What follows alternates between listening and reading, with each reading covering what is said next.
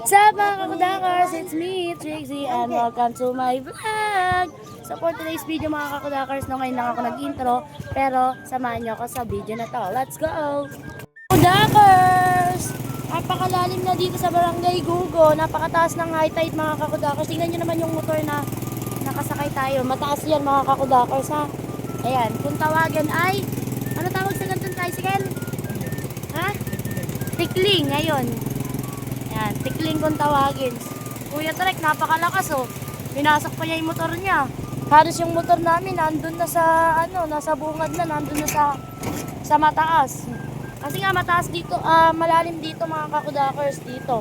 Sa side na yan, malalim. Tapos, syempre, ayan, mga nagtataasan yung mga motor. Tapos dito, napakalupit ni Tito ni Tito Poring, napakalupit. Mukhang natirigan. Eh dito kasi bagong gawang karsada mga kakudakers. So ayan, tinataasan at ayan, hello! Ayan. Ayan, mataas kasi dito, katataas lang ng karsada dito. Tapos doon, mga kakudakers, pagbaba doon, malalim din doon. Ayan, di ba? Kabisado nyo yung Barangay Gugo. Ang Barangay Gugo kung saan laging lubog. High tide pa lang, napakatagal nang mawala. Paano pa kaya pagbaha? Ayan. Diba? Ayun o. Ay, mga bata. Ayun na mga kakudakers, napakalalim dito. Malalim din dito mga kakudakers, kaya di na pwedeng isuba yung motor. Ay, napakalakas nun. Kuya Trek. Ano siya? Ano ba si? Pag sila yung motor niya, awit! Ay, napakalalim mga kakudakers. Hello! Ayan mga kakudakers, napakalalim talaga. Buti lang naangkas ako dito. Kay Darren. Kung hindi mga kakudakers, alam niyo naman yung nilakad ko simula doon hanggang pauwi, di ba?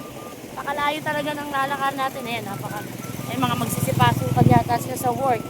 Ngayon pa lang sila naglalabasan. Yung iba naman, nilalabas na nila yung motor nila doon. Kasi nga, syempre, ang lalim talaga. Sana nga, bukas, sa buong magdamag, bumabaw yung high tide.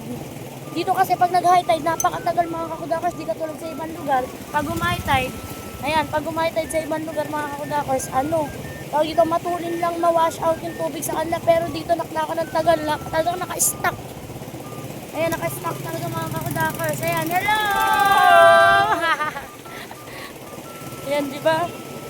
Sa Barangay Gugo mga kakudakers. O, di ba mga kakudakers, sa Barangay Gugo kung saan laging lubog.